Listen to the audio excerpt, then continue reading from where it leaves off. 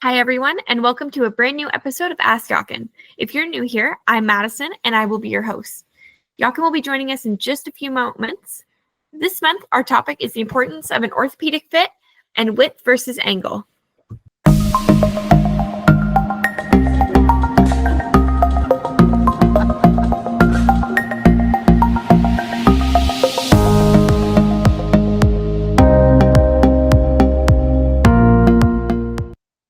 Hello, Madison. How are you? Good. How are you? Good. We haven't done this for a while, so I'm excited No. to do a new lecture here today. And as usual, I'd like to mention that Schleser is following the philosophy of Saddle Fit for Life, which is the only saddle fitting system on the market, which is accredited from the Ontario Veterinary Medical Association for veterinarians to get continued professional development points. So without further ado, we have a lot of people who are looking for answers, and today we're going to talk about tree angle versus tree width and independent from each other, as well as the orthopedic saddle fitting. Now, what happens if you ignore the independent fitting of the tree angle and the tree width? Let us quick demonstrate and explain one more time what is the difference on the Western or English tree. What is the tree width? The tree width is the distance between the conchoes on the Western saddle. So that would be here, that concho all the way to the other, or here on the English saddle where the D-ring is. Most of the time is where the vertical panel starts all the way across. So that comes in different width. So the tree angle is what you see here on the side.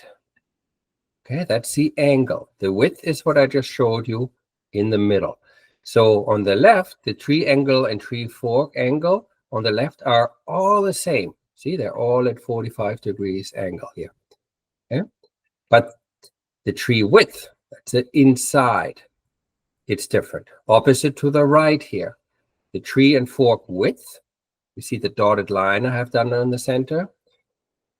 It's all the same, but the tree angle down here, it's different. Now, why is that so important that your saddle must have the ability to adjust independent in the tree width and in the tree angle? Often when my horse gets really wide, I would like to say, oh, you know what? I'm going to get a really nice wide tree, and then the horse can grow into it. You must specify if you talk about the tree width or the tree angle. Typical mistake what we see in an English or in a Western tree that the tree angle is too wide. So you can see this is wider than the horse.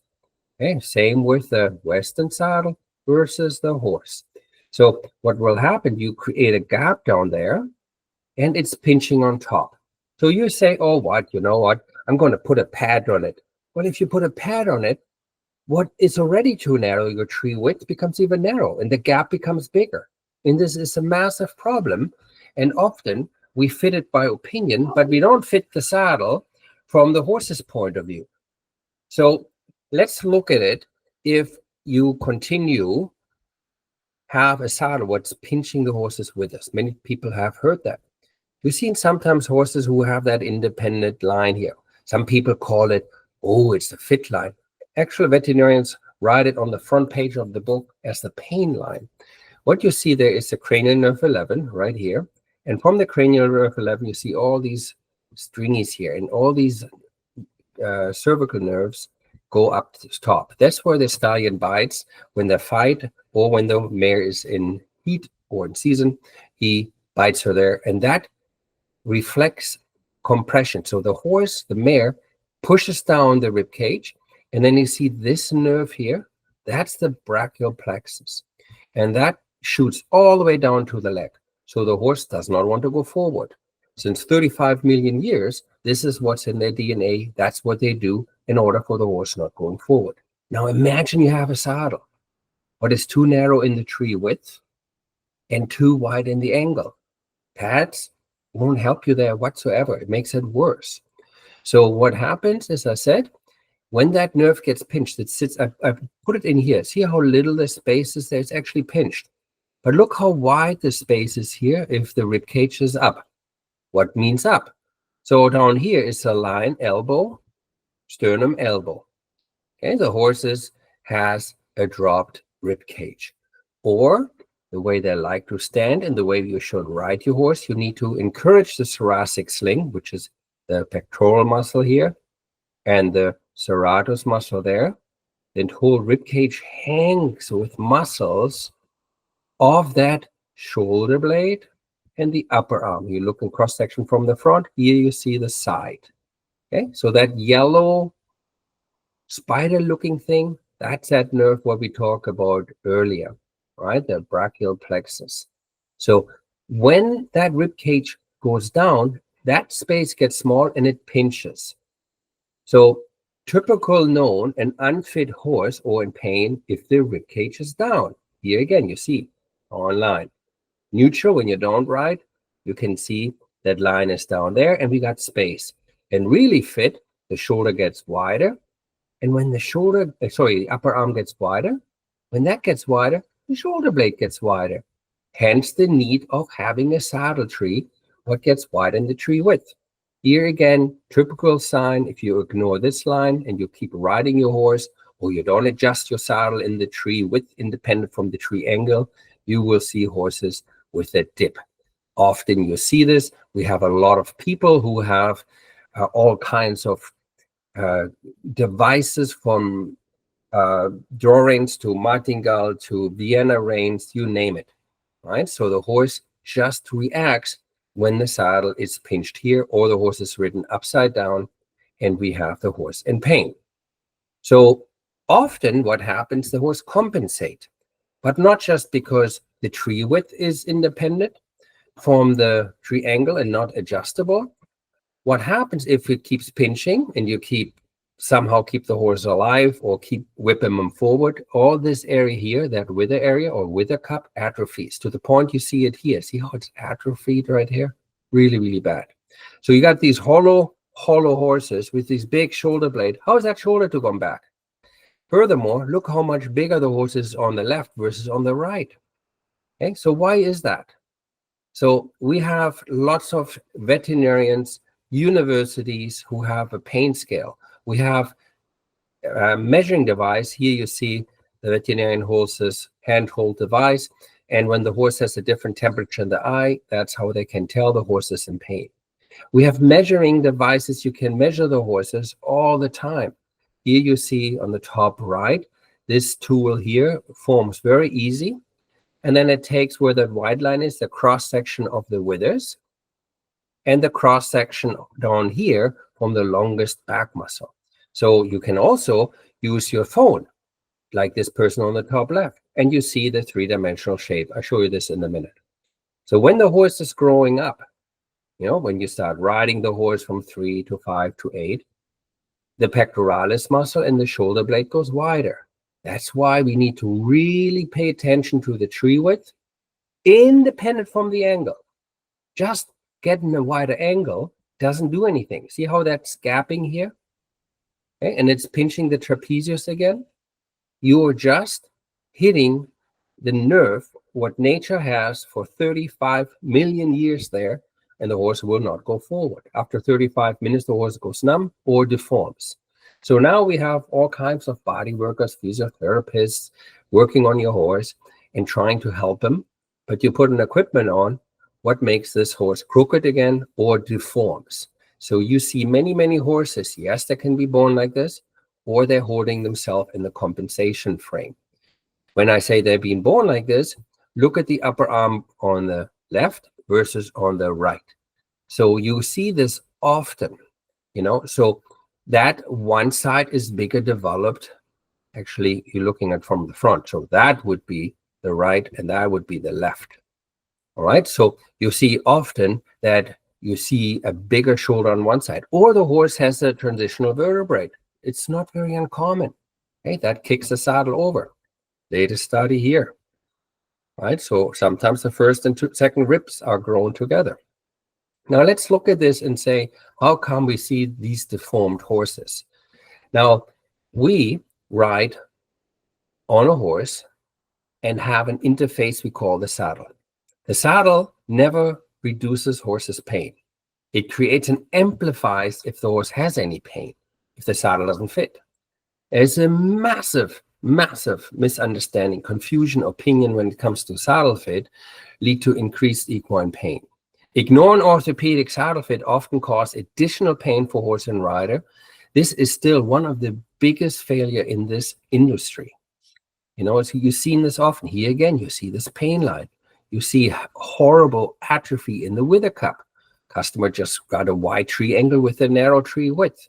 And then their saddle, of course, falls to the right. And often people say, what comes first? Did the saddle goes to the right because the horse is lame? Or is the horse lame because the saddle goes right? What comes first, the chicken or the egg? Often when the veterinarian says this horse needs this treatments, this kind of orthopedic adjustment or chiropractic or rehab, we put a saddle on way too early, or we put a saddle on after we wait patiently and went through all this rehab, and the saddle doesn't fit, and the whole vicious cycle starts from the beginning. You can numb the pain, but you cannot train pain. And what does it result? You sit crooked on the horse, and the horse will heavy land on the front right. The horse will cause a rail. You says, well, I don't care. I don't jump. I'm just a pleasure rider. Still, what will have the spine will deform. You see so many horses with deformed spine either this way or that way, and it always shows up where? Ear first. This down here is the first stage, right? When you see the drop back on the horse's back, the sacroiliac joint, here you can see how the spine is tilted and pushed against that side. A very common problem just because we ignored the proper fitting in the tree width, tree angle, and the orthopedic adjustment. Now, why come and how come so many horses are uneven? Think about it. Many horses are bored of the track. In dressage, eventing, jumping, and in Western, many horses get started at 1.5 years, and then at 2 years, they're going on the racetrack or in the Western performance class. This is where the horse has developed, right here to this stage at 1.5 years. The upper arm, the lower arm, the upper arm, the shoulder blade, all this does not fully develop until the horse is 6 years old. So often people say, oh, you know what, I get my horse a fitted saddle when the horse is grown. Well, would you ever do this to your children, or getting them fitting shoes when the child is grown? Especially at the skeletal development, you have to pay close attention if the horse has the right tree width and tree angle. Otherwise, you end in disease deformities I explained earlier. So now you can say, oh, we're going to train the horse right. How are you going to train uneven bones right? Deformity. How you train that right? It's kind of like you're saying, oh, if I have an orthopedic shoe and I train foot massage, my bunion on the foot will be not a problem. So we need to accept the fact that we're living and riding living beings. These are not carousel horses, and they're masters of hiding pain and compensate for any discomfort. But if I would like to ride a horse and not make the horse lame, I got to measure the angle. One more time. Here you see in this device, these are very cheap, $19. You can buy them on internet or Amazon. Maybe they're now $39. I don't know. They give you the angle. Here, I put a pen right there. Okay. This is the old angle device, what they used for hundreds and hundreds of years. Obviously, for over 100 years, they didn't have a digital angle finder like this. But you can see on the pen here where I put the green cap, that's the distance in the tree width. This is the very wide tree with a very steep angle. If you look down here where my thumb is, that's where that same area would be. Look how much narrow that is compared to this. So this is when the saddle gets looked at it for balance, etc. pp. We're looking for the tree width and tree angle, super important. Also, we also need to understand the very first saddles we see from histories, come from China, and you see the distance right here. That was the tree width. Here's the angle. If this is the wither cup, what we talk about, we don't want to pinch that. We need to get the contact down here on that area. And if your saddle fits properly in the tree width, tree angle, and orthopedically, the horse will lift up the spine, just like that. You see how here the two vet students had the hands and knees and push the spine up? This will not happen if you pinch the horse's withers. It's a very common thing. You see often these holding lines here. You see the deformity here. It all starts in the wither cup. Okay? The horse does, even if you say, oh, I train my horse, he will be, the muscle will atrophy around the shoulder, behind the shoulder, and underneath your saddle. It's just physiology to the part where the horses get lower and lower. So when we look at the saddle fit, we look at the back, right? But start paying attention to the loin and to the croup. You know, how does the horse's muscle up? How does the neck look like? And if you would like to work your horse to a nice top line, pay attention also at the back, because that's where, at the loin, I put the yellow arrow there, that's where everything starts. Here again, another horse with a pain line. A clear indication that this horse has not been ridden in the saddle, what needs a proper tree width, tree angle. The horse on the top left, look how wide his wither cup is. Okay? This horse needs a very wide tree width. And then probably, just like I showed you in the earlier, has a pretty steep shoulder. So if you have a saddle what fits this, then you avoid these horrible situations where the wither cup gets pinched away, and then it only leads to overriding dorsal spinal processes, or also known as kissing spine, where they rub here. I cannot stress enough the fact, look for the signs, all the deformity, the stress lines, the holding lines, here another holding line on the horse. Often is a physical, but also look at the horse's eye.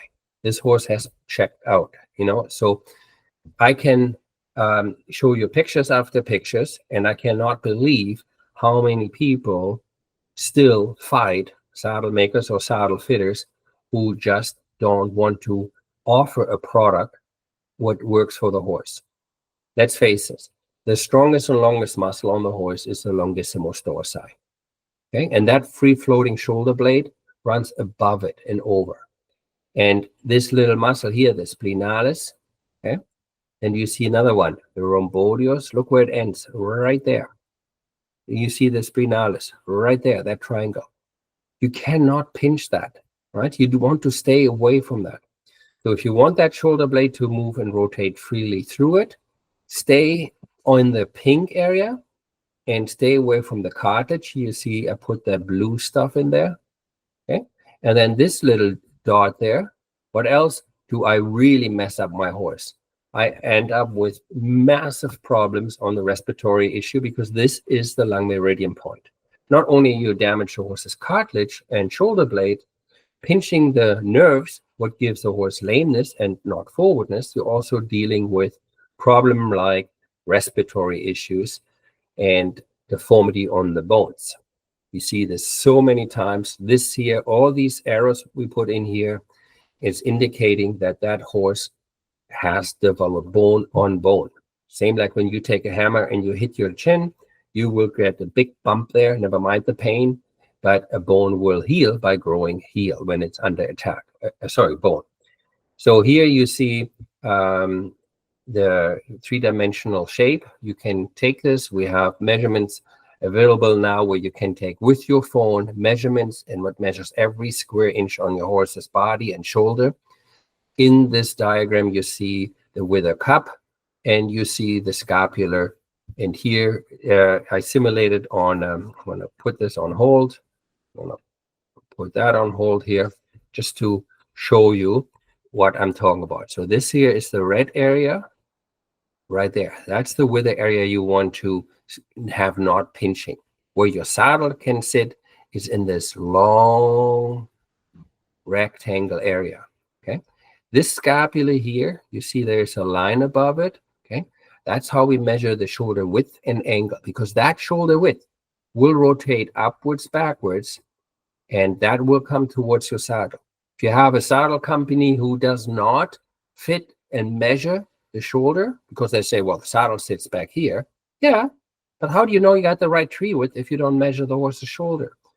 So I cannot emphasize enough please, please, please provide these measurements to stay away from the lung meridian point and from the problems what will then cause respiratory issues. Right here you see the BL stands for bladder meridian point 13, and if you have pressure on that, that's the cartilage here, the horse will have an elevated heart rate. So what you're saying, on the train a little bit harder. But if horses have elevated heart rates, just like humans, they develop cortisol level in their blood, which we know as that animal or human has stress. We as predator deals with stress differently than a flight animal. A flight animal either fights or flight. So if the horse can't flight and can't fight because you have him in gear and you're going to muscle him into a frame, what do you think happens? You know, so we have an increase in gut or stomach ulcer or even colic. So don't take my words, take the veterinarians, the acupuncturists, people who studied horses left, right, center. I can only advise it's very, very easy to adjust saddles if you have the right saddles in the gullet width, the tree width, the tree angle, and of course, take in consideration the unevenness of the horse. This book here, written by Dr. Joyce Harmon, over 20 years ago, she indicates how many horses are written today who are uneven. Now, if you put a saddle on where you cannot fit in the width, angle, and the orthopedic, your horse will suffer in silence. Your saddle goes, whoosh. So many saddles go to the right, it's unbelievable. And the horse will have these issues you cannot avoid. Multiple universities around the world do all kinds of tests. We keep coming back to not enough shoulder freedom. Here, when I was in Sao Paulo, University of Brazil has seen this over and over of horses who are injured by clients who don't have a good saddle or saddle fitter who addresses the tree angle independent from the tree width and vice versa. And of course, have the proper shoulder alignment. The cartilage will always be the first what goes. And here you see a veterinarian has dissected a horse laying on the side. Here you see the horse's shoulder blade, and she demonstrates how the tree width from the earring to the earring, remember, it's not nearly wide enough for this horse, and that's the angle, which has to be parallel to this angle. Nearly not sufficient. This would be damaging and atrophying the wither cup, as I showed you before. You know, I surrounded myself with veterinarians and professionals around the world to learn from, because I was sick and tired as a rider, as a competitor, as a trainer, to follow people who give me saddles for free based on opinion rather than science. I wanted to put a stop on this. This is why we at Schleser produce saddles based on anatomy, physiology, biomechanics, follow the law of nature, and we go on with evidence-based saddle fitting. Okay, the time is done where people need to hurt intentionally or unintentionally the horses with equipment just because the manufacturer likes to sell or promote products without service. We need, just like a farrier, need to re-look at the hoof and reshoe the metal. We need to make sure horses change their three-dimensional shape all the time. And that means the three-dimensional shape on the top of the back needs to be fitted and needs to be checked, especially in the tree angle and tree width. Thank you very much for listening, and I look forward to talk to you next time.